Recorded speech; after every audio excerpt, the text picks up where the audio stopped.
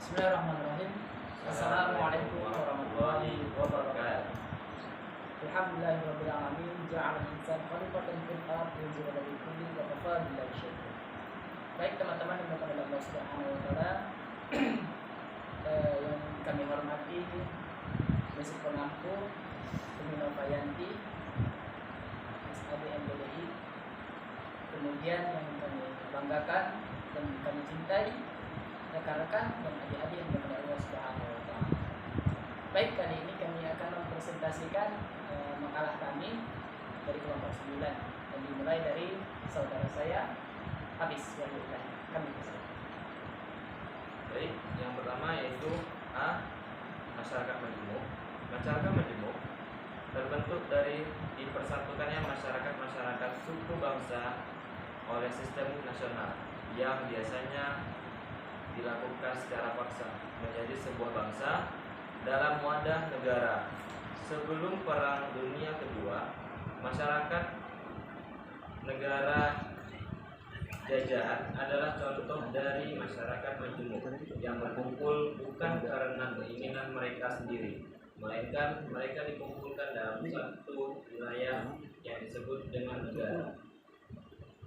Menurut Nasikun, masyarakat majemuk adalah merupakan masyarakat yang menganut berbagai sistem nilai yang dianut oleh berbagai kesatuan sosial, yang menjadi bagian-bagiannya adalah sedemikian rupa sehingga para anggota masyarakat kurang memiliki loyalitas terhadap masyarakat sebagai sesuatu keseluruhan, kurang memiliki integritas kebudayaan, atau bahkan memiliki kesadaran untuk saling memahami satu sama lain. Menurut pendapat ahli, masyarakat majemuk adalah masyarakat yang terdiri dari berbagai ragam kelompok atau golongan yang memiliki budaya sendiri-sendiri. Dengan demikian, berbeda pula dalam keagamaan, bangsa, dan adat istiadat.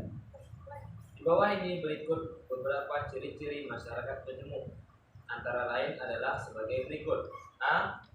Walaupun berkelompok yang bergabung dalam suatu rumpun, masyarakat itu berada dalam suatu sistem politik yang sama, tapi kehidupan mereka sendiri-sendiri. B.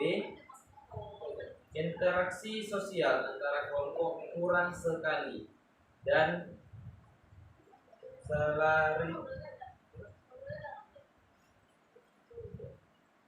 sosial yang terdiri cenderung terbatas pada sektor ekonomi saja. C. Bentuk suatu campuran berbagai kelompok manusia itu dapat dikatakan muncul akibat dominasi kolonialisme. Yang terakhir, tidak ada lemah dalam common sense atau keinginan akan kebersamaan sosial, yaitu suatu perangkat atau nilai-nilai yang disepakati warga masyarakat untuk memberi pedoman atau panduan dan mengontrol tingkah laku sosial warga negara. Masyarakat majemuk menurut J.S.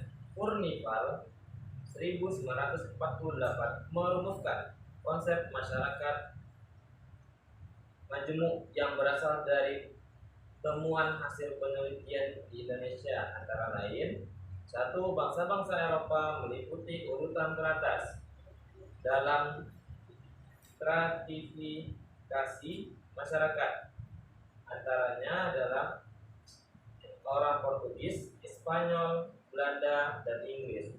Orang-orang ini menempati strata paling tinggi di dalam lapisan masyarakat walaupun jumlah mereka sedikit, mungkin sekitar 15% sampai 20% dari jumlah orang-orang yang ada di negara itu. Pada bahwasannya mereka adalah para penjajah. Yang kedua, bangsa-bangsa Asia, yang termasuk itu Cina, Arab, dan India. Bangsa-bangsa ini pada bahwasannya hanya ingin berdagang, tapi mereka mulai menyatu dengan masyarakat yang ada, dan bahkan mereka menyebarkan agama mereka, yaitu Islam.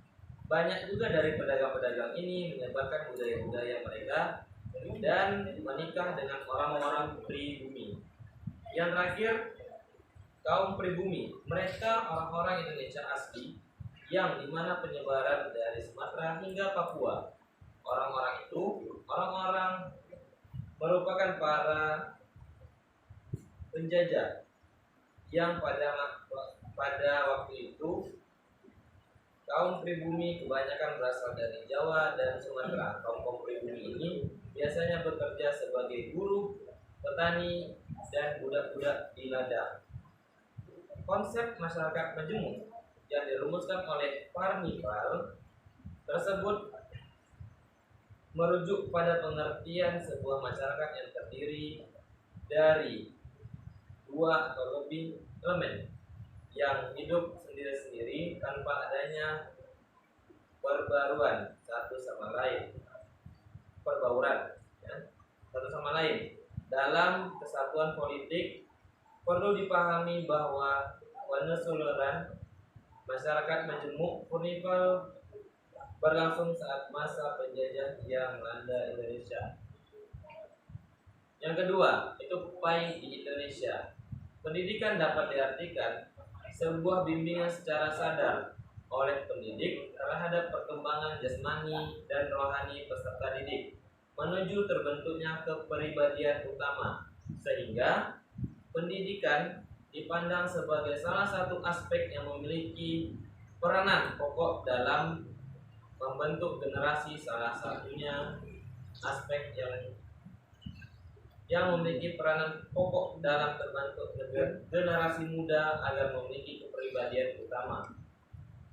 Adapun tujuan dari pendidikan agama Islam adalah bertujuan untuk mencapai yang pertama, kesempurnaan manusia yang bertujuan mendekatkan diri kepada Allah Subhanahu wa taala. Yang kedua, kesempatan manusia untuk bertujuan kebahagiaan dunia dan akhirat. Karena itu berusaha mengajar manusia agar mampu mencapai tujuan yang dirumuskan tadi.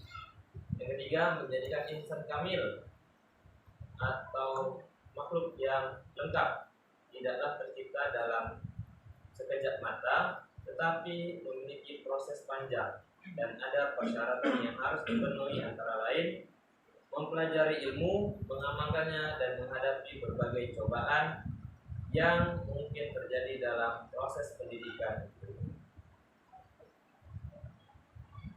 Secara eksplisit, fungsi pendidikan agama yang telah dikembangkan dalam penjelasan 39 ayat 2 Undang-Undang Dasar nomor 2 tahun 1989 yang telah menyebutkan pendidikan agama merupakan usaha untuk memperkuat iman dan ketakwaan terhadap Tuhan Yang Maha Esa sesuai dengan agama yang dianut peserta didiknya, yang bersangkutan dengan memperbaiki tuntunan yang menghormati agama lain dalam hubungan kerukunan antar umat beragama dalam masyarakat untuk mewujudkan persatuan nasional. Lembaga-lembaga pendidikan keagamaan terbentuk dari 3 bentuk, yaitu yang pertama itu pesantren, yang kedua madrasah-madrasah keagamaan, yang ketiga madrasah-madrasah yang termasuk penilaian umum berarti kelas agama, yaitu madrasah ibtidaiyah, sanawiyah, dan aliyah. Baiklah, untuk materi selanjutnya akan disambung oleh saudara saya, Jaya. Baik, selanjutnya 3. Pendidikan multikultural. Pengertian pendidikan multikultural. Kultural atau budaya dipandang penting karena kata ini membentuk dan merupakan bagian dari istilah pendidikan multikultural. Istilah multikultural berakar dari kata kultur yang diartikan sebatas pada budaya dan kebiasaan sekelompok pada daerah tertentu. Pengertian multikultural secara luas mencakup pengalaman yang membentuk persepsi umum terhadap usia, gender, agama, status sosial ekonomi, jenis, kuantitas budaya, bahasa, ras, dan kebutuhan khusus lainnya. Kemudian dasar pendidikan multikultural itu terbagi menjadi dua kelompok. Yang pertama, kesadaran nilai penting keragaman budaya. Kemudian yang ketiga, gerakan pembaruan pendidikan. Kemudian yang terakhir, proses pendidikan. Kemudian kita lanjutkan dengan tujuan pendidikan multikultural. Tujuan pendidikan multikultural terbagi menjadi tiga macam. Satu, pembangunan literasi etnis dan budaya. Mempelajari tentang latar belakang sejarah, bahasa, dan karakteristik budaya, sumbangan istilah-istilah dan pengaruh lingkungan sosial. Kemudian yang kedua, perkembangan pribadi. Kemudian yang ketiga, kemampuan keterampilan dasar, yaitu untuk meliterasikan pembelajaran untuk melatih kemampuan keterampilan dasar. Kemudian yang keempat ialah klarifikasi nilai dan sikap. Kemudian kita memasuki fungsi pendidikan multikultural. Fungsi pendidikan multikultural yaitu ialah satu, memberi konsep diri yang jelas. Kedua, membentuk, memahami pengalaman sebuah kelompok.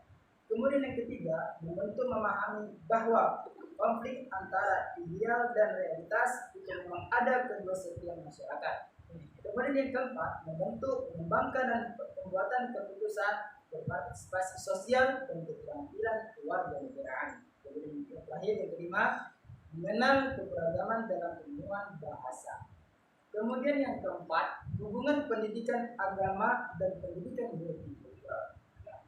Pendidikan agama dan pendidikan multikultural sangatlah penting bagi terwujudnya kerukunan antar umat beragama.